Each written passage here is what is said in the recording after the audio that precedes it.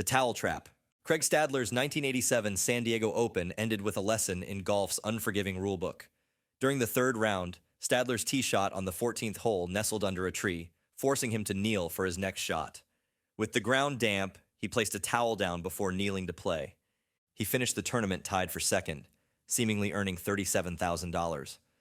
But as he walked off the final green, officials delivered shocking news: disqualification.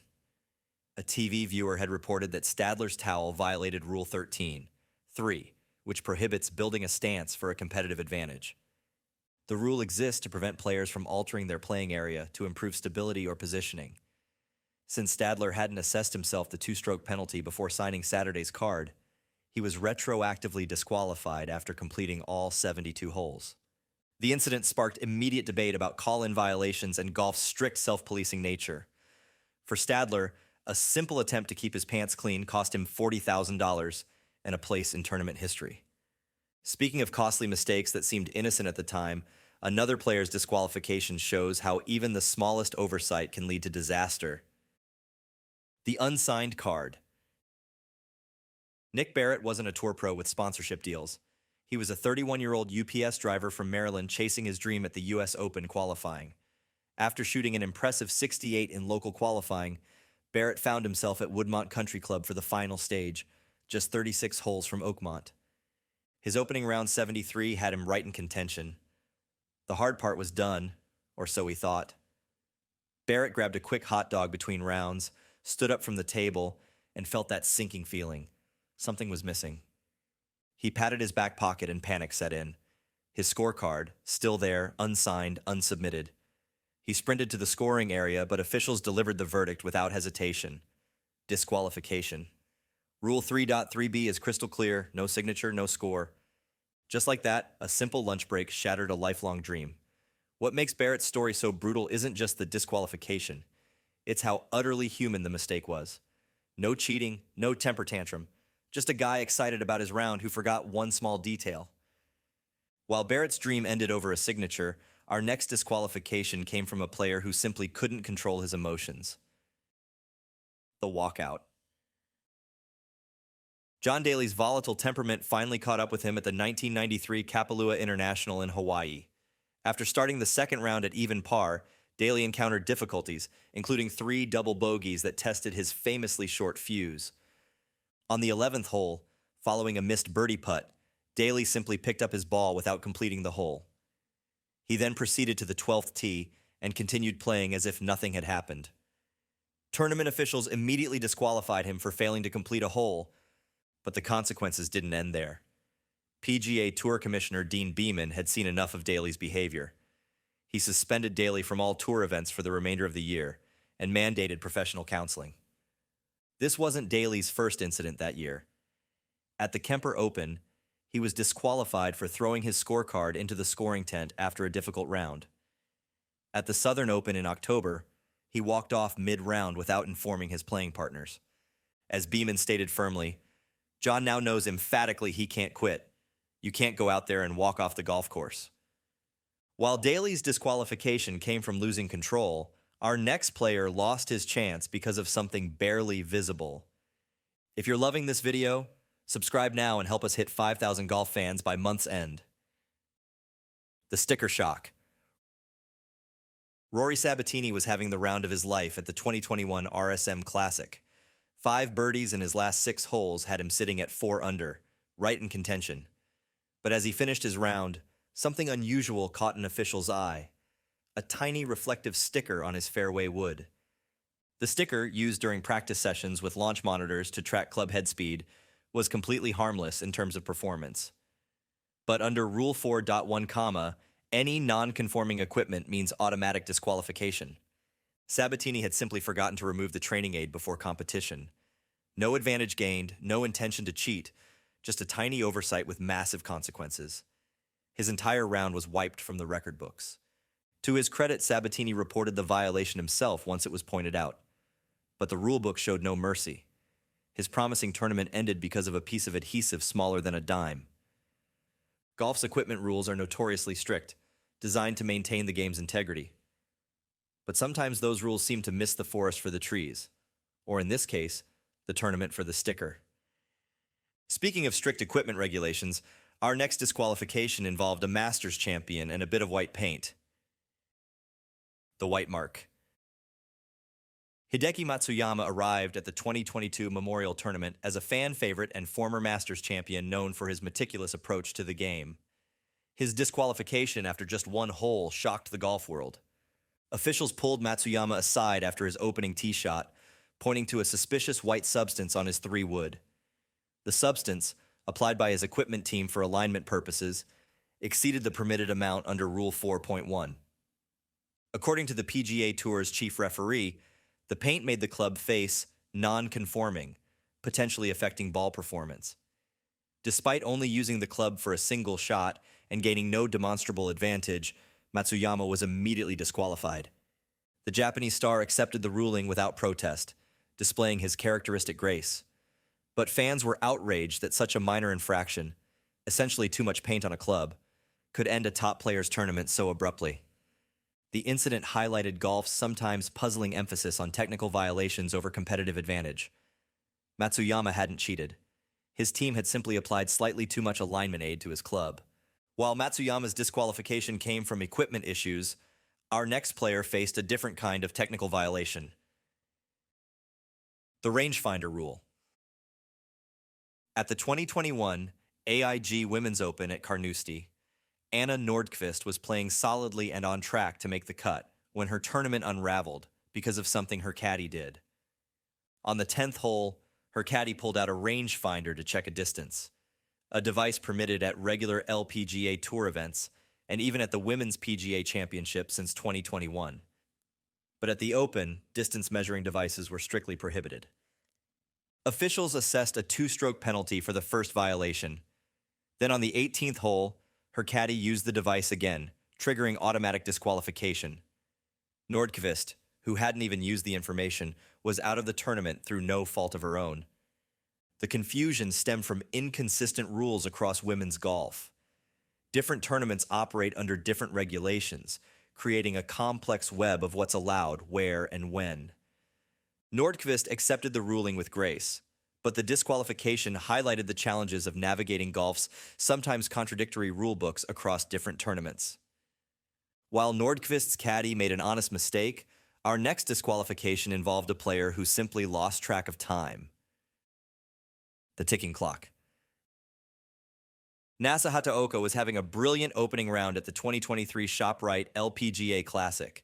At 6 under and tied for third, she arrived at her final hole, the par 5 ninth, looking to finish strong. Her second shot sailed into thick fescue rough. What followed appeared miraculous.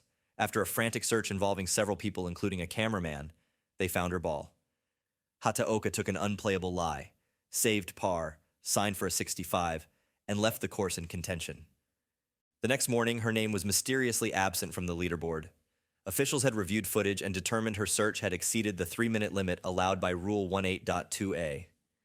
By rule, her ball was deemed lost after 3 minutes. She should have returned to play another ball under stroke and distance penalty. By playing from the wrong spot and signing an incorrect scorecard, she was disqualified. A brilliant round erased because of a few extra seconds of searching. In golf's unforgiving rulebook, even time itself becomes a hazard. While Hataoka's disqualification came from exceeding time limits, our next player didn't take enough time to check something crucial. The wrong ball. Ben Crane was finding his rhythm at the 2022 Corales Punta Championship. After a birdie on the 7th hole, the 5-time PGA Tour winner seemed to be building momentum.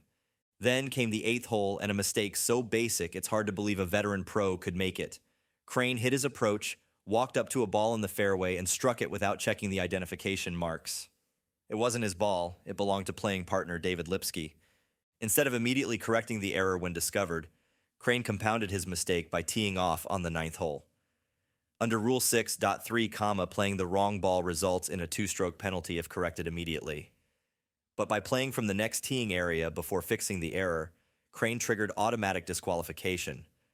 For a player known for his methodical, some would say painfully slow pace of play, the irony of being disqualified for not taking enough time to identify his ball was impossible to miss. Crane accepted the ruling without protest, But the incident served as a humbling reminder that even the most experienced professionals can fall victim to golf's most fundamental rules. While Crane's mistake was an honest oversight, our next disqualification involved accusations of deliberate deception. The Scorecard Scandal. Before Vijay Singh became a World Golf Hall of Famer with 3 major championships, he was just another struggling pro on the Asian Tour in the early 1980s. His career nearly ended before it began when he was banned for one of golf's cardinal sins, scorecard manipulation. During a tournament in Indonesia, Singh was battling to make the cut when officials accused him of recording a score 1 stroke better than he actually shot, marking a 1 under when he had actually scored 1 over. The 2-stroke difference meant the difference between playing the weekend and missing the cut. Singh vehemently denied the accusation, but Asian Tour officials weren't convinced. They issued not just a disqualification, but a complete ban from the tour. In an instant, Singh's career path was derailed. The Fijian was forced to rebuild his career from scratch, taking club professional jobs in remote locations before slowly working his way back to tournament golf.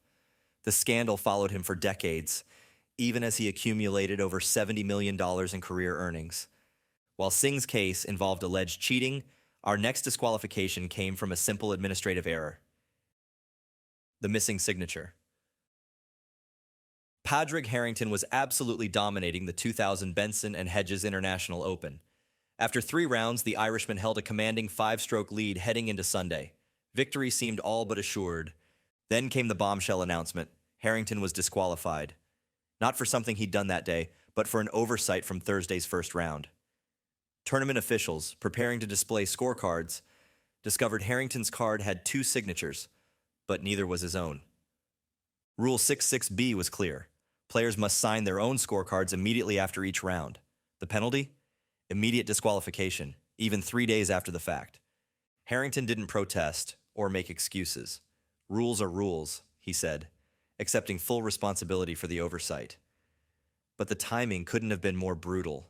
Disqualified while leading by 5 strokes with just 18 holes to play. The incident became one of golf's most painful what-ifs.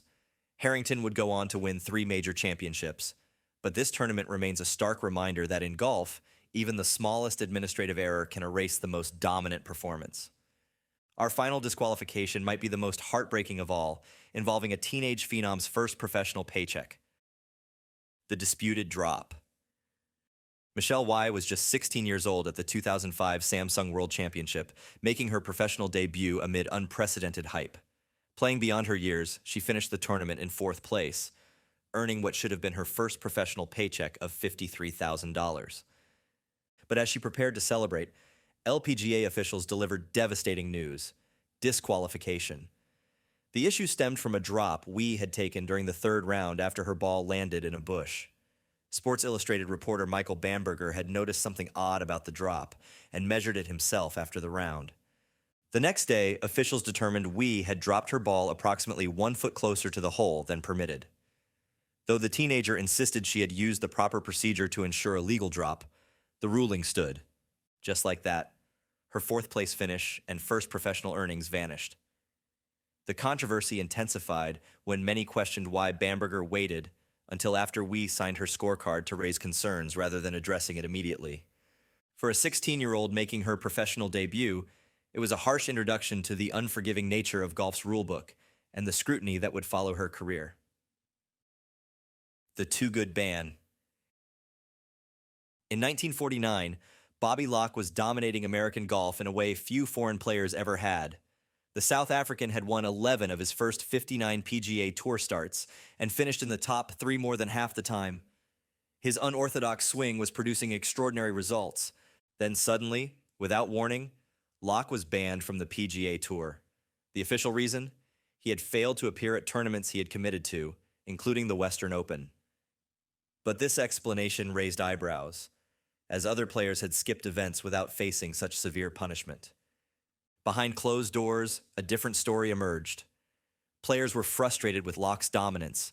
Even 1948 Masters champion Claude Harmon reportedly admitted the truth. Locke was simply too good. They had to ban him. The ban was eventually lifted in 1951, but Locke never returned to American golf. He stayed in Europe and South Africa, continuing his winning ways far from the tour that had rejected him. It remains perhaps the only case in golf history where a player's excellence became the very reason for his exclusion. A reminder that even in a sport built on integrity, politics and jealousy can sometimes influence the rules. We arrived to the end of our video. If you loved this video, subscribe and keep watching our next video here.